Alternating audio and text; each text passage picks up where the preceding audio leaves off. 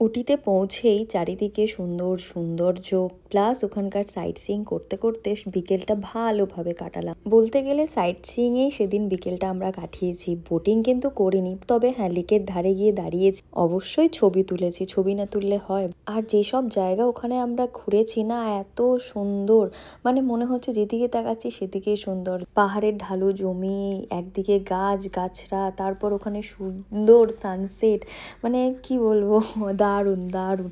তো সেদিনকে কিন্তু আমরা খুব টায়ার্ড হয়ে গেছিলাম, কারণ কোয়েম্বাটুর থেকে উটির জার্নি করেছি। বাট বিশ্বাস করো, শরীরে যেন একটা আলাদা এনার্জি ছিল ঘোরার।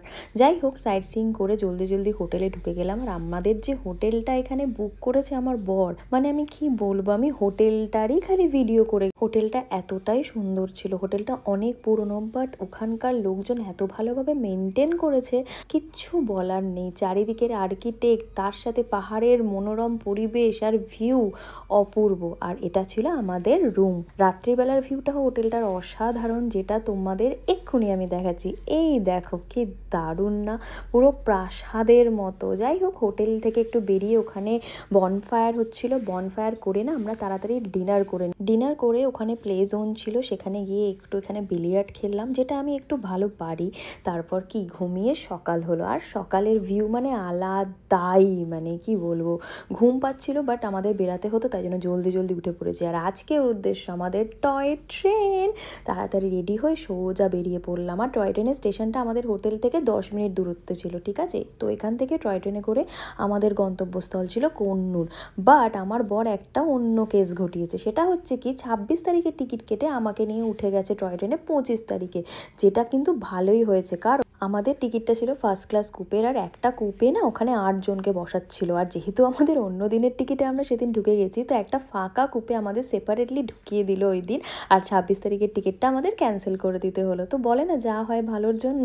যাই হোক, টয় ট্রেনের দৃশ্য বলো, টয় ট্রেনের পুরো জার্নিটাই মানে অপূর্ব। আমার ছোটোর থেকেই টয় ট্রেন ট্রাম ভীষণ প্রিয়, ভীষণ। আর এখানে ছোট ছোট স্টেশন পড়ছিল মধ্যিখানে, আর অপূর্ব ভিউ। আমি দার্জিলিংয়েরও টয় ট্রেন চড়েছি, আর বিশ্বাস করো আমার একদম ভালো লাগেনি। উটির টয় ট্রেনটা আলাদাই। তারপর দেখতে দেখতে কখন যে 1.5 ঘন্টা কেটে গেল টয় ট্রেনে, সোজা পৌঁছে গেলাম কুন্নুরে। আর কুন্নুরে গিয়ে যা সুন্দর ভিউ, চায়ের বাগান, তারপরে রাস্তায় যখন যাচ্ছি মাঝে মাঝে মেঘ আসছে, ঠান্ডাও নয় খুব একটা, খুব একটা গরমও নয়, মানে অপূর্ব ওয়েদার। আর এখানে টি গার্ডেনের পরই আমরা ওখান থেকে আর একটা সাইট সিইংয়ের উদ্দেশ্যে চলে গেলাম। আর দেখো রাস্তাগুলো দেখো, যেরকম সুন্দর রাস্তা সেরকম সুন্দর ভিউ। আর সেখান থেকে একটা হাইয়েস্ট পয়েন্ট ছিল, সেখানে গেলাম। আর এখানে মেঘের খেলা দেখো, মানে আমার মনে হচ্ছিল ওখানে আমি প্রায় আধ ঘন্টা 30 মিনিট কি 1 ঘন্টা বসে শুধু মেডিটেট করি, মানে একটু শান্ত মাথায় বসি। চারিদিকের পরিবেশটা এতটাই সুন্দর ছিল। সো ওখানে অনেকক্ষণ কাটানোর পর আমরা হোটেলে চলে আসি। যাই হোক, নেক্সট দিন সকালে জলদি জলদি উঠে আমাদের হোটেলটার পুরো বাইরেটা ঘুরলাম ফিরলাম, ব্রেকফাস্ট করলাম। ব্রেকফাস্ট করে সেই দিন আবার সাইট সিইংয়ের জন্য বেরিয়ে গেলাম। তো সেদিন না উটিরই লোকাল সাইট সিইং ছিল। উটিতে না অনেক জায়গা এরকম আছে যেখানে প্রচুর মুভির শুটিং হয়, মানে আমাদের নোন মুভি। তো সেই সব জায়গায় সেদিন আমরা ঘুরেছি। রাস্তা দেখার মতো, মানে রাস্তা দিয়ে যাচ্ছি, মানে মনে হচ্ছে যেন ভিডিওটা করতেই থাকি। জানি না ক্যামেরাতে কতটা ভালো আসছে, বাট আমি নিজের চোখে যা দেখেছি অপূর্ব সুন্দর। আমি অনেক পাহাড় ঘুরেছি, বাট উটির পাহাড় মানে অপূর্ব, মানে অন্য রকমই। তারপর সেখান থেকে গাড়ি নিয়ে আবার একটা অন্য জায়গায় গেলাম, এখানে প্রচুর মুভির গানের শুটিং হয়েছে। আর এই জায়গাটা অপূর্ব, এখানে প্রায় নেই করে আমরা 1-1.5 ঘন্টা কাটিয়েছি। অলমোস্ট সব সাইট সিইং করে দেন চলে আসি আমরা হোটেলে। আর সেদিন না আমার শরীরটাও খুব একটা ভালো ছিল না, তাই ভাবছিলাম হোটেলে যাব তাড়াতাড়ি। তো যাই হোক, সময়ের মধ্যে হয়ে গেছিলো, সোজা হোটেলে চলে আসি। আর হোটেলে এসেই গরম গরম চা সাথে চিকেন পকোড়া খেয়ে, বাইরের এই ওয়েদার, তারপরেই রাতের ডিনারের টাইম। আর ডিনারে অনেক কিছু সেদিন খেয়েছি। আর নেক্সট ডে ছিল আমাদের উটি ছেড়ে চলে যাওয়ার পালা, মানে আমাদের ট্রিপ শেষ, এবার যেতে হবে বাড়ি। একদিকে এক্সাইটমেন্টও ছিল, কারণ বাড়ি যাচ্ছি, তাই না।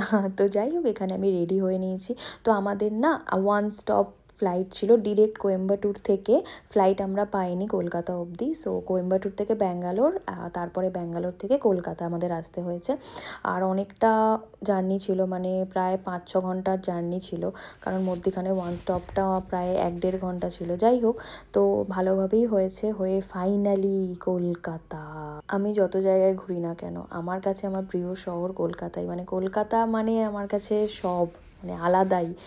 যাই হোক, কলকাতায় ফিরে ভীষণ আনন্দ লাগছিল, ট্রিপটা সাকসেসফুল হলো।